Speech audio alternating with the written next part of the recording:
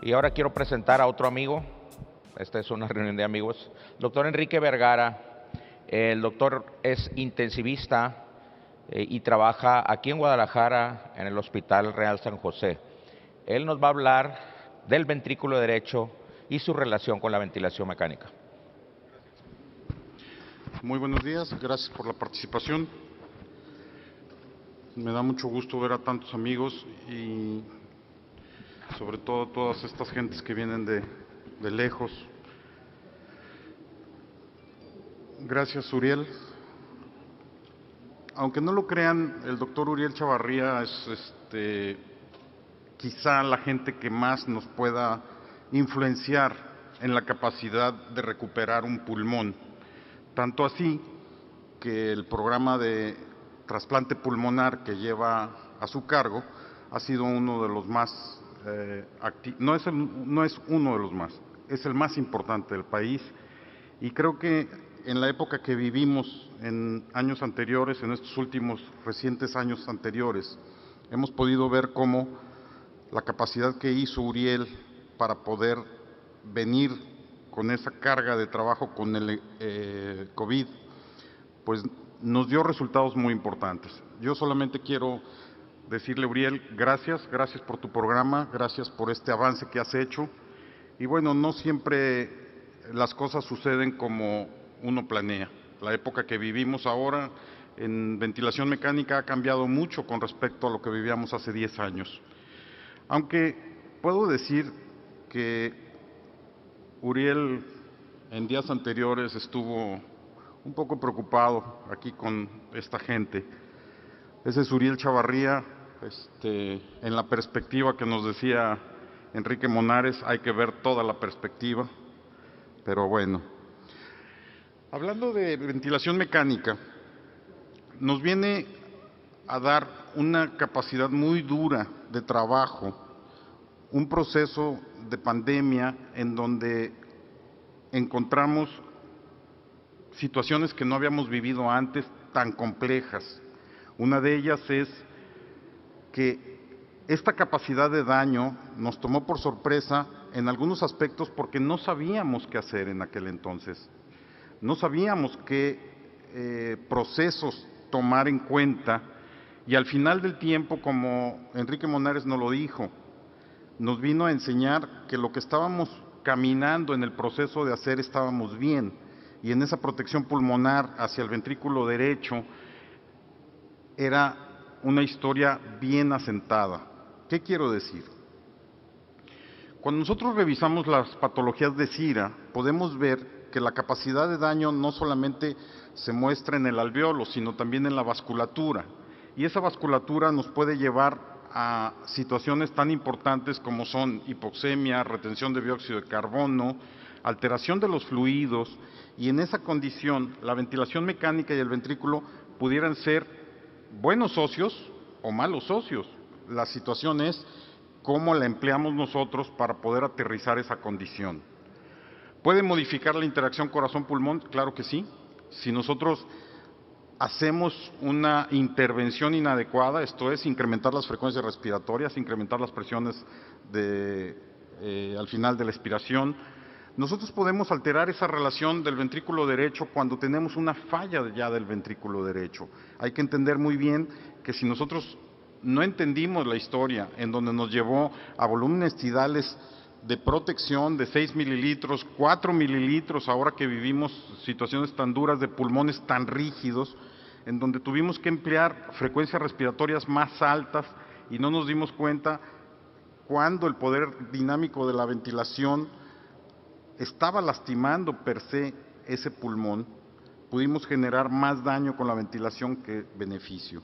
El espasmo bronquial, que muchas veces olvidamos, es muy importante para incrementar las presiones de la vía respiratoria. Algunos corazones no solamente mejoran, sino les puede ir bien con asistencia de la presión al final de la expiración. ¿Cómo hay que titularlo? Tenemos muchas formas ya de titulación, y creo que dentro de las que nos platicó en el transcurso del programa, este curso, las conocemos en relación a poder discernir no titular alto, tratar de buscar la mejor compliance que tenemos y poder discernir que no siempre querer tener el pulmón abierto es lo mejor. ¿Por qué? Porque le va a ocasionar al corazón, sobre todo del lado derecho, una disfunción más importante. El COVID fue un muy buen ejemplo y encontramos series de COVID donde reportan desde un 12% de mortalidad hasta un 78%. Estamos hablando de las lesiones tan severas de COVID en la primera época. Esa mortalidad, mucha de ella fue asociada a la rigidez del pulmón del lado derecho y una gran parte a la capacidad de coagulación que tuvo esta enfermedad. Grandes dificultades tuvimos para ventilar y quién no se recuerda a esos pacientes que superaban los 100, 120 de PaCO2 en donde no podíamos ayudar mucho con ellos. No teníamos membranas de extracción de CO2 aquí en la capacidad de nosotros, poca capacidad teníamos de ECMO, hasta que fue creciendo esta situación y tuvimos que desarrollar la capacidad tecnológica para poder ayudarnos, no solamente de el conocimiento que venía empujando de las décadas anteriores, hasta la capacidad de poder tecnológicamente asentar utilidad con ECMO. El incremento de la incidencia en embolia pulmonar es una de las causas más importantes que tenemos para la lesión del ventrículo derecho y la catástrofe más importante, el cor pulmonar agudo, en donde tenemos pocas cosas que ofrecer y podemos llevar una lesión al máximo de las expresiones para no poder ni ventilar ni poder perfundir. Voy a presentarles unas imágenes en lo que estamos haciendo de la parte de imagen para que podamos ver la gran dificultad para poder llevar estos pacientes a una buena ventilación. Unas imágenes distintas puede ser esto que estamos haciendo en el hospital, en donde estamos utilizando tecnología de SPECT para poder identificar qué tanto de perfusión pulmonar tenemos, aún en vasos en donde no alcanzamos a demostrar las lesiones de la perfusión pulmonar o de la alteración de la perfusión pulmonar. Muchas de estas condiciones son poco demostradas en esas áreas en donde técnicamente el pulmón se ve bien y podemos tener una hipoperfusión muy importante. ¿Qué quiere decir? Cuando nosotros hacemos la angiotomografía, podemos tener la duda de si el vaso sanguíneo está ocluido o estamos viendo un momento en donde la tomografía toma esos vasos sanguíneos como oclusión y no lo son, o no los toma. Aquí en la patología podemos ver la lesión sumamente importante, mas sin embargo, en esta tecnología podemos ver en el área de azules cómo la hipoperfusión del pulmón es extraordinariamente alta con esta tecnología. Cuando nosotros aplicamos todo esto y podemos discernir si el paciente tiene, que en esto es un trombo gigantesco como para poder dejarlo de ver en una tomografía antigua, lo que nos sucede es cuando no podemos demostrar esas lesiones y el paciente tiene lesión del ventrículo derecho. ¿Qué quiere decir? Algunos vasos sanguíneos, como lo es en esta condición, en donde podemos ver que en la tomografía con SPECT se puede hacer supresión de yodo y supresión de agua. ¿Qué nos ayuda a esto? A demostrar fielmente en dónde está el contenido del vaso sanguíneo ocluido y si ese contenido es suficiente para llevar toda esa área azul de hipoperfusión pulmonar. Cuando va creciendo esas áreas periféricas que no alcanzamos a ver con otros sistemas, podemos demostrar cómo estas áreas van dañándose y al final del tiempo se puede incrementar tanto la presión en forma crónica que el paciente sufrir de daños irreversibles. De alguna forma, esa hipoperfusión en la relación de la interdependencia de los ventrículos se puede dar muy finamente. Cuando uno entiende que el ventrículo derecho está a su máxima capacidad de relajación, a su máxima capacidad de sobredistensión y que tiene que ejercer un tiempo mayor para comprimirse, para tratar de vaciarse ante esa poscarga tan grande, es cuando la interdependencia ventricular lleva a daño del ventrículo izquierdo. Tenemos unos ejemplos aquí, en donde ya nos demostró Enrique Monares en la plática anterior, cómo podemos ver ese ventrículo en sufrimiento y ese ventrículo con una infusión en la pleura, y esa infusión hacer colapso del ventrículo, del pulmón, y eso incrementar las presiones del ventrículo. Veamos aquí en esta imagen cómo en la sístole y en la diástole del ventrículo derecho ejercen una compresión tan importante, y vean aquí cómo la pared del ventrículo derecho conlleva a hacer una interdependencia del ventrículo izquierdo. De alguna forma, lo que menos queremos ver es cómo estas imágenes nos lleven a un exceso de no poder abrir ese ventrículo derecho, ya sea con trombolisis, ya sea con aspirado in situ, pero que lo que nos decía el doctor Monares con el índice de excentricidad, poder discernir que el ventrículo tiene una sobrecarga muy importante y no llegar a la hipertensión arterial pulmonar que nos lleve a la catástrofe como ahora vemos. Una de las verdaderas situaciones es ver estas situaciones, trombos en tránsito, en donde junto con la lesión que genera y la hipertensión pulmonar que genera, podemos llevar a una lesión tan grave como tener una mortalidad asociada a esto. Cuando podemos ver las diferentes imágenes que nos dicen en forma global y en forma muy puntual cuáles son las lesiones y en dónde podemos discernir todas estas lesiones, es valiosísimo interpretar que tenemos pulmones a los cuales en imágenes anteriores, en ecocardiografía anterior, no podíamos ver cuáles eran los tipos de lesiones a los que nos enfrentábamos. La hipoperfusión se puede medir en la actualidad y la hipoperfusión se puede llevar un control para poder aplicar otro tipo de tratamientos cuando antes no veíamos la capacidad de poder demostrar estos datos. Este es un metaanálisis en donde nos encontramos cuál es la capacidad de daño que presenta el ventrículo derecho y la ventilación mecánica. En una revisión del 2008 al 2018, con 1,861 pacientes, en el estudio de todo el mundo se presentaron diferentes formas de estudios, se encontraron en las definiciones la lesión del ventrículo derecho, la lesión con alteración de la hemodinamia del ventrículo derecho, el cor pulmonale, que es la catástrofe más importante en agudo, y la mortalidad medida dentro de estos procesos es hasta el 32%. ¿Por qué no puede dejar de evidenciarse? Porque a veces nosotros incrementamos esa mortalidad al aplicar mal la ventilación mecánica.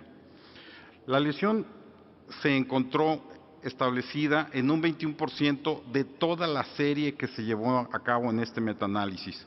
Y ya lo decía el doctor Monares, muchas ocasiones pensamos en si valía o no valía la pena medir la presión precapilar y postcapilar y saber en condiciones muy reales si lo que estábamos viviendo era una capacidad de desarrollar conocimiento con un catéter o con ecocardiografía. Ahora, no todos tienen la capacidad de tener ecocardiografía transtorácica y mucho menos la ecocardiografía transesofágica, pero la limitación de todos los criterios, y los puntualizó muy bien Enrique, podemos ver que hemos aterrizado con capacidad para no hacer más invasión de los pacientes, como el cambio de área del ventrículo derecho, que no es nada de dificultad para medirlo, el Doppler tisular, el TAPSE, que ya veíamos, y que si vemos TAPSE por debajo de 18, la condición de mortalidad es muy importante. Si esa máxima regurgitación de la tricúspide, comparado con la presión pulmonar, como antes se medía, está alta, nuestra condición va a ser muy difícil. Y son todas esas zonas dependientes a las cuales en la ventilación mecánica tratamos de mejorar con todos los instrumentos que tenemos, posición prona, medición de las presiones transmurales, la medición de las presiones de la vía aérea, limitar la plató, tratar de llevar a volúmenes circulantes bajos, a que no tengamos una gran cantidad de volumen dentro de los pacientes. y poder ver que todas esas situaciones no nos lleven a más capacidad protrombótica. Al final del tiempo, la ventilación mecánica tiene que llevarnos a tratar de llevar, a no dañar, a tratar de mejorar la normoventilación, que no siempre es fácil. Tenemos un ejemplo aquí en donde en una densitometría pulmonar no se puede lograr más que el 33% de una ventilación normal. ¿Qué quiere decir? Que todo el pulmón está rígido. Y tratar de llegar a una sobredistensión muy limitada, con el menor del 10%, para poder lograr una normoventilación y tener una catástrofe de solamente ventilar el 33%, se vuelve muy severo. ¿Qué quiere decir? Que cuando tenemos pacientes con lesiones de este tipo, llevarlos a una condición de mejoría cuesta mucho trabajo. ¿Cuántos son de todos ellos lesiones tan importantes? Pues lesiones como esta, en donde en el ventrículo derecho pudiéramos decir, ¿qué sucedió? Pues que en este ventrículo no se mueve. ¿Por qué? Porque está completamente ocluido. Y esas son las situaciones que vemos cuando nosotros malinterpretamos los estudios, podemos ver que el ventrículo derecho es el que está en sufrimiento, pero que no podemos tomar una decisión de ese sufrimiento porque no interpretamos las cosas. Vean cómo las mediciones en la pletismografía respiratoria y en la pletismografía del electrocardiograma conjunto con el ultrasonido, vemos la gran dilatación del ventrículo derecho y cómo en el momento de la respiración, cuando nosotros ejercemos presiones tan importantes, vemos una variabilidad de pulso tan severa como esta condición. Durante muchos años, vean este artículo del 2002 de Michael Pinsky, encontramos que las interacciones del pulmón con el ventilador siempre fueron muy inducidas a que tuviéramos mucha vigilancia. No fue hasta los años recientes en donde encontramos el aterrizaje de poder decir cuál es la condición que vamos a llevar cuando los pacientes tienen tanto daño, a decir cuál es la mejor forma de tratar a estos enfermos. Durante todos estos días me encantan las pláticas de Enrique Monares, en donde es tan preciso. Esta es una diapositiva de Enrique Monares, en donde dice qué tanto podemos medir y cómo lo podemos medir para poder clasificar una lesión, en donde ahorita en tiempos oscuros, perdón que utilice esa palabra, se está desarrollando una nueva fórmula para superar esa clasificación de Berlín. ¿Qué es lo que queremos hacer? Tener pacientes en donde podemos medir ventilación en prono, ventilación en supino. Quisiéramos tener un instrumental de este tamaño para poder tomar las decisiones adecuadas y que no lleváramos las condiciones a tales cosas. ¿Cuáles son las pocas intervenciones que podemos lograr? Esas son protección pulmonar.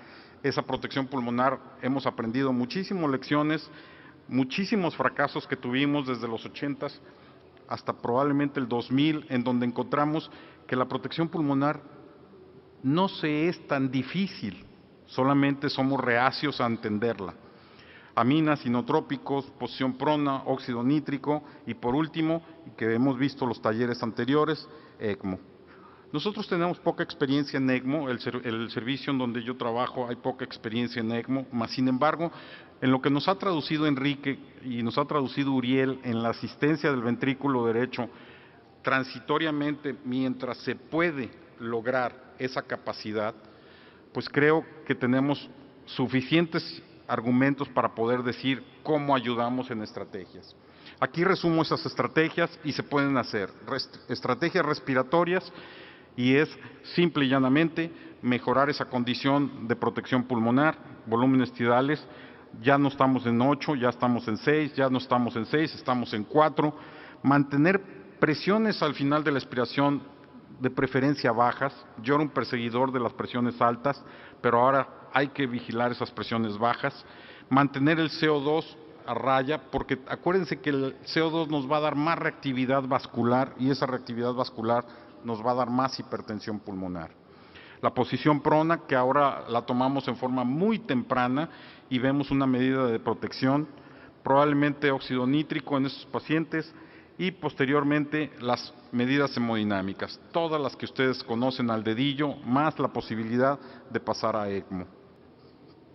Creo que termino con estas diapositivas y lo único que puedo decir es que No dejo de decir, nuestro gran amigo Monares, se puede medir la presión transpulmonar, qué sabemos de la driving pressure, mantener esa driving pressure en un nivel no tan alto, mantener el poder ventilatorio, que no sabemos al final del tiempo si el poder ventilatorio será la medida adecuada para seguir vigilando protección y seguir tratando de mantener unas PAFIs lo más alto posible.